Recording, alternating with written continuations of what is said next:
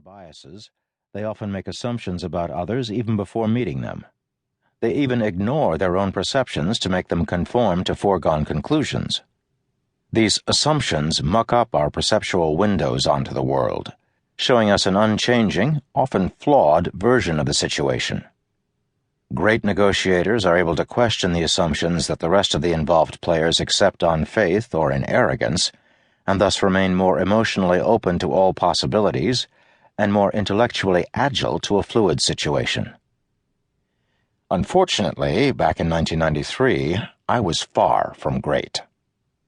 Everyone thought the crisis would be over quickly. The bank robbers had little choice but to surrender, or so we thought.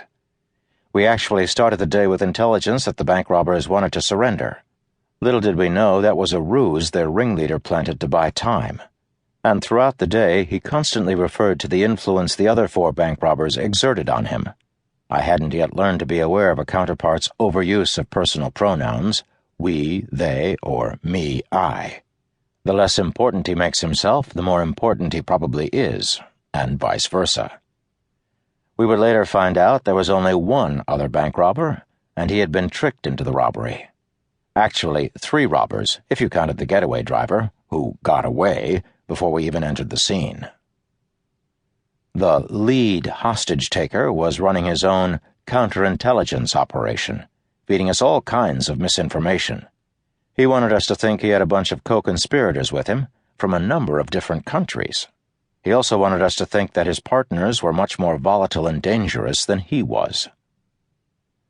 Looking back, of course, his game plan was clear. He wanted to confuse us as much as he could until he could figure a way out. He would constantly tell us that he wasn't in charge and that every decision was the responsibility of the other guys. He would indicate that he was scared, or at least a little tentative, when we asked him to pass along certain information. And yet he always spoke with a voice of complete calm and absolute confidence. It was a reminder to my colleagues and me that until you know what you're dealing with, you don't know what you're dealing with. Though the call had come in about 8:30 a.m., by the time we arrived across the street from the bank and made contact, it was probably about 10:30 a.m. The word when we came on the scene was that this was going to be cookie-cutter, by-the-book, short and sweet. Our commanders thought we'd be in and out of there in 10 minutes because the bad guys supposedly wanted to give themselves up.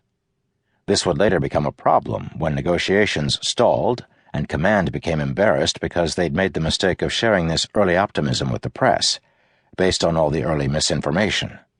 We arrived on the scene to take a surrender, but the situation went sideways almost immediately.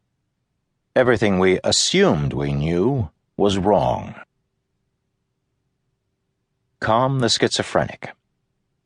Our Negotiation Operations Center, NOC, was set up in an office in a bank immediately across a narrow street from the Chase branch. We were way too close to the hostage site, so right away we were at a disadvantage. We were less than 30 yards from the crisis point, where ideally you want to have a little more of a buffer than that. You want to put some distance between you and whatever worst-case scenario might be waiting at the other end of the deal. When my partner and I arrived, I was immediately assigned to coach the police department negotiator on the phone.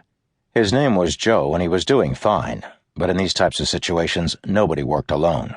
We always worked in teams. The thinking behind this policy was that all these extra sets of ears would pick up extra information. In some standoffs, we had as many as 5 people on the line, analyzing the information as it came in, offering behind-the-scenes input and guidance to our man on the phone, and that's how we were set up here. We had Joe taking the lead on the phone, and another 3 or 4 of us were listening in, passing notes back and forth, trying to make sense of a confusing situation. One of us was trying to gauge the mood of the bad guy, taking the lead on the other end, and another was listening in for clues or tells that might give us a better read on what we were facing, and so on. Students of mine balk at this notion, asking, "Seriously, do you really need a whole team to hear someone out?"